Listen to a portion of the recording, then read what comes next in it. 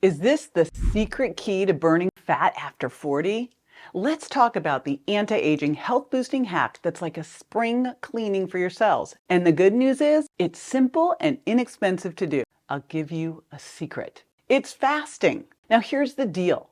There are a lot of different ways to fast, and they have varying levels of ease of use and benefits. So I'm going to deep dive into the different types of fasting and their benefits so you can identify which is best for you with what you're going through, what you have, and what you're looking to achieve in your health. And then I'm going to show you how you can implement fasting into your daily routine. And by the way, I strongly believe that you have to ease into fasting. You don't go from eating 3 meals and 3 snacks over 15 hours a day to fasting unless you want to feel pretty miserable. Let's start with the definition. What exactly is fasting? Now, there are a lot of terms being thrown around interchangeably, most notably fasting, intermittent fasting, and time-restricted feeding. So IF, intermittent fasting, and TRF, time-restricted feeding, are when you limit the time window that you're eating in. So you're fasting for a specific number of hours each day, and then you're eating during a specific number of hours each day. This could include a 12 to 14-hour overnight fast, which honestly is the baseline minimum we should all be doing, okay? And we'll talk more about that. Then you can take it further to a 6 to 8-hour feeding window, which has some definite benefits. You could shift into OMAD, that's 1 meal a day, and then you could start to go into more of a real fast, like eating every other day or doing an extended water fast of 48 hours or more. These distinctions are important, and which ones you choose are going to be based on your goals and your current health status, because some of the benefits of fasting require extended time periods to kick in. So we've got to really know what you're trying to achieve. So let's talk benefits. Because even doing moderate time-restricted feeding, like eating within a 10 to 12-hour window, can start to improve blood sugar and insulin sensitivity. And by the way, I'm going to be so bold as to say that this is what we should be doing at a bare minimum. Always, no matter what. And here's why. Now we'll do a little drawing with this. Every time you eat, we had a meal, I'll make a hamburger, gluten-free, grass-fed. You eat, and your blood sugar, when you eat, is going to go up. How much it goes up is really going to depend on what you ate, right? And how insulin sensitive you are. But no matter what, if you're eating carbs and protein, especially carbs, your blood sugar is going up. And then your pancreas is going to release insulin to bring the blood sugar down. So here's what happens. Insulin comes up and it brings blood sugar down. But insulin doesn't move very quickly. So your pancreas releases insulin to bring blood sugar down. Insulin's not moving very quickly. Blood sugar moves quickly. When you eat again, let's say you had a little snack. Maybe you had a skinny latte and a low-fat muffin. Guess what happens when you do that? Your blood sugar goes back up, but insulin never had time to really respond. So you see how insulin's staying up while blood sugar keeps getting driven back down again? Doing that over and over again without giving insulin time to come down to fasting levels too can lead to insulin resistance and a host of other health problems like type 2 diabetes, dementia, and heart disease. Nothing fun. So the first thing that we want to focus on is kicking out the snacks and eating within a 10 to 12-hour window, because that 10 to 12-hour window also helps with growth hormone production, which is super important in anti-aging. Fasting enhances growth hormone secretion, and growth hormone is critical for regulating metabolism. It's also critical for muscle protein synthesis, which is how your body repairs muscle and makes muscle, right? And this is so key critical for maintaining muscle as we age. It also helps with fat burning and avoiding too much visceral adipose tissue. And visceral adipose tissue is the type of fat that sits around your organs, and it's the inflammatory fat. Growth hormone also helps with joint regeneration, healthy bones, balanced cholesterol levels, and brain function. So this alone, this one thing, is a huge reason to make sure that at a bare minimum, you're doing the 12 hours or less time frame. I'm going to cite something from Dr. Sachin Panda, who wrote the circadian code. So this is crazy. I couldn't believe it when I read it. He says that only 10% of the population is actually eating within this 12-hour window. That the average American is eating for 15 hours a day. 15 hours a day. That means you wake up and you basically eat till you pass out. I mean, that is crazy. At the very least, after watching this, please make the commitment, pinky promise me, to shut the kitchen down after dinner and stop eating at least 3 hours before bedtime. And I'm going to explain why. There's a real reason why in a bit. I'm not just being mean. When you compress your feeding window to 6 to 8 hours a day, you start to have even more benefits, as this is when autophagy starts to kick in. So I'm going to give you some stuff so you remember this. So again, the 10 to 12 hour window, we have growth hormone. 6 to 8, autophagy. Now, what is autophagy, you ask? So Greek for auto, self, and phagein, to eat. Autophagy literally means eating oneself, which doesn't sound so great, but what it's actually doing is eating the damaged cells. It's where the damaged cells in your body and your brain are cleared out, recycled, or repaired to make room for healthy cells to proliferate. See, our bodies are meant to stay in balance between breaking down and building up. And a great example of that is our bones. Every day we are breaking down bone and remodeling bone. This is something we do on an ongoing basis. Same with our muscles. We have other damaged proteins that we need to do as well. Things like advanced glycated end products. These are known as AGEs, and these are the proteins or fats that you eat in your diet that bind with sugar in the bloodstream. They don't need enzymes to do this, and they make these compounds that create inflammation and accelerate aging in the body. The best way to think of an AGEs is to look at bread.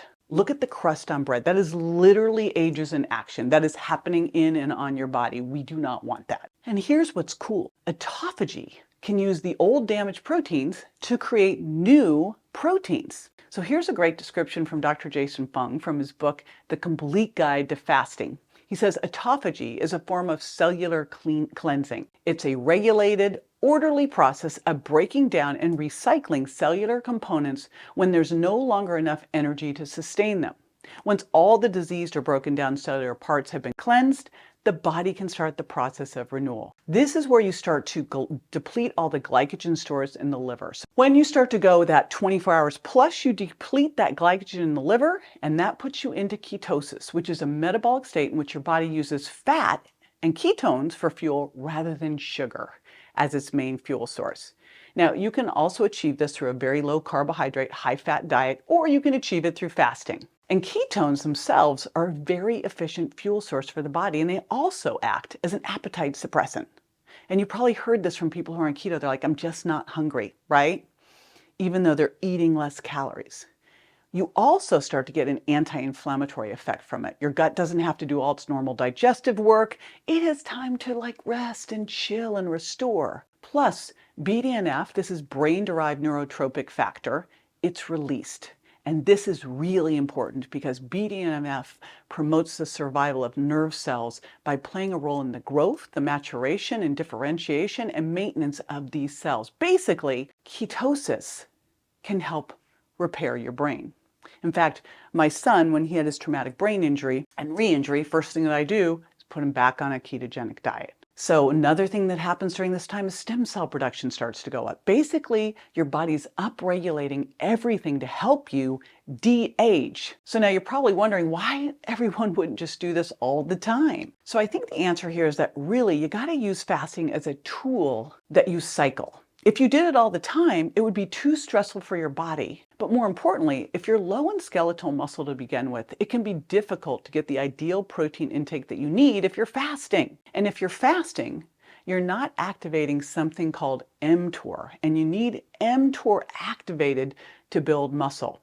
And you need muscle to burn fat, improve insulin sensitivity, and have a better metabolism. So you want to have fasting as a tool in your nutrition toolbox to help with quickly restoring insulin sensitivity and therefore better blood sugar balance, and to support deep cellular detox and kick up that BDNF, the growth hormone, and stem cell production. And then you want to alternate it with building cycles so that you can make sure that you're supporting your skeletal muscle mass as well. Now, here's the deal. If you are actively trying to put on muscle or dealing with high stress, I would limit fasting to time-restricted feeding only, and I'd keep it within a 10-hour window so that you're getting in 3 meals and you can really have optimal protein, which if you're trying to build muscle or handling stress, you're going to want to make sure you're getting in that protein. Remember, you're going to design your program around your goals, your current health, and your lifestyle. So here's how I recommend using it for fat loss over 40 with a little anti-aging to boost. First of all, I think you need to set yourself up to fast. You don't just jump into it. And that starts by eating by the plate with the focus on protein first. And I'm going to draw it out for this. And that is protein,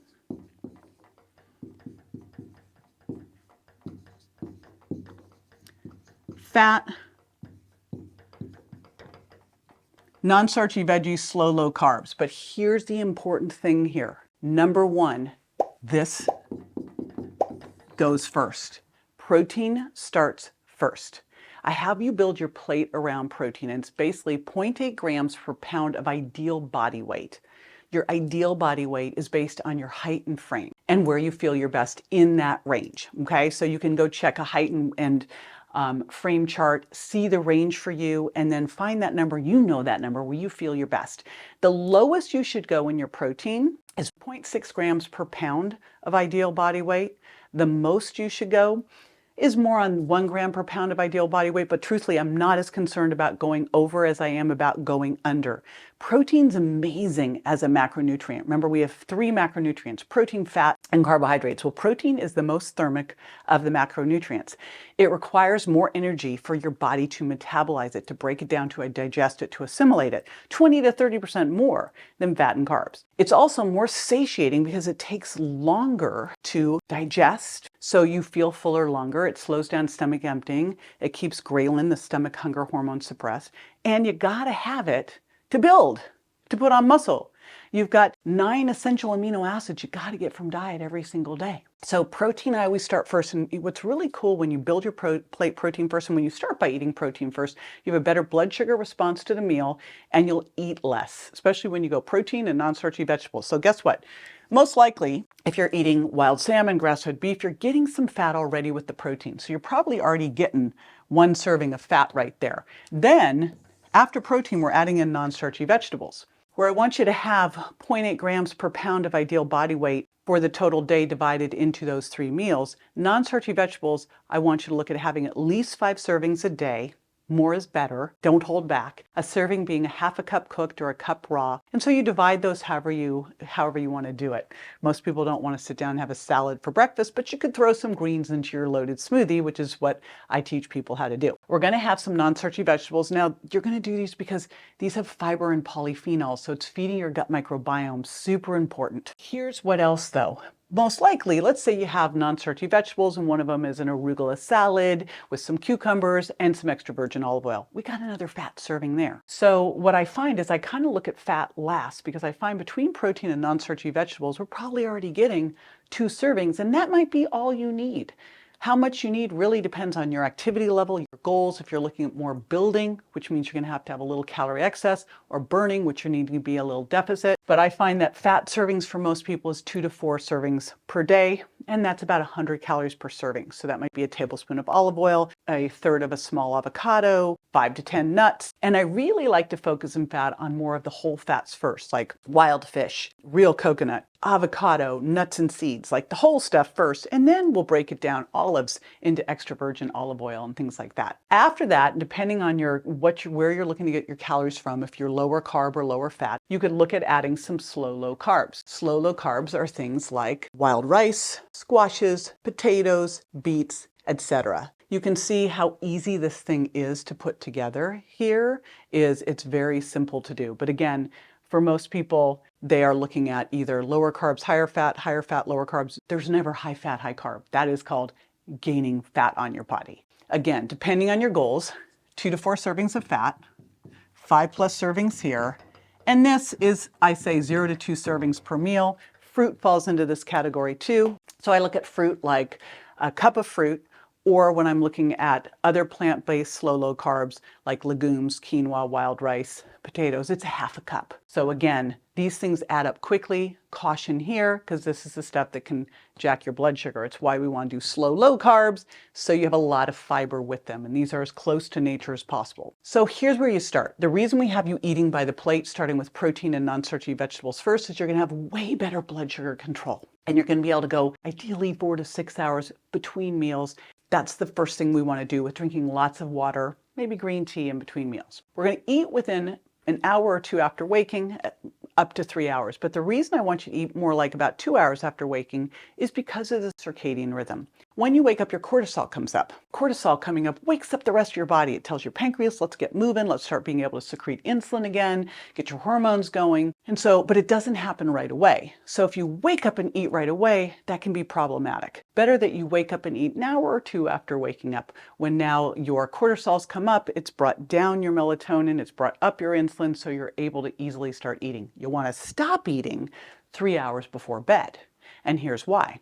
As you're getting ready for sleep, and I've got videos on sleep hygiene, but as you're getting ready for bed, melatonin's coming up to put your body to sleep, to calm things down. And one of the things that calms down is your pancreas. So now your pancreas isn't secreting insulin. And so if you eat a big carb hit right before bed, your body doesn't have a way to deal with this. And now you've got elevated blood sugar. You'll see it elevated in the morning if you do that, and you'll see your sleep impaired because you ate right before bed. So we really want to make sure that you are not eating a couple hours before bed, that bed is really for restoration, not digestion. Plus, it can give you a little GERD at night too. You can see how easy this is. Let's say that I wake up at 6 a.m., so I eat my breakfast at 8. I go to bed at 10 p.m., so I finish dinner by 7. I'm already at 11 hours right there. You can see how easy it is just to push breakfast a little bit, bring dinner down a little bit, and be easily within that 10 to 12 hour window right there. And right there, that 10 to 12 hour window gives you better blood sugar control and better growth hormone response. That's it. That's so easy. Then weekend comes. Now remember, you're easing into fasting. So the first thing you did was start to eat by the plate, drinking lots of water, green tea, early morning coffee in between meals, not necessarily with meals. Now on the weekend, maybe you sleep in a little bit. Maybe you push breakfast to brunch. So maybe now instead of having breakfast at 8 or 9, you have it at 10 and you have an early dinner. We'll do this a lot at home. We'll go and we'll have dinner at 4 and then we'll just shut down the kitchen. So see how you do there, because if you're going to do IF in the 6 to 8 hour window, I really believe this needs to be during the normal circadian window, not in the evening where I see people doing this eat at 12 and 8. I think that is a big mistake. I say eat earlier in the day, give yourself more time before bed, which is even better. And when you eat by the plate, you're not going to be hungry. So it'll be better, you'll have better blood sugar controlled. Now, once you have that dialed in, you can try doing that one meal a day, the OMAD, or the extended fast of 48 hours or 72 hours. So you can do that too, but see how I walked you into it. I didn't just go cold turkey. Okay, tomorrow, don't eat. That's mean. It will probably fail for you anyway, and I want to set you up for success. Now, for a deeper dive in how to build muscle, watch this video next. It's how you burn fat, build muscle, and age well.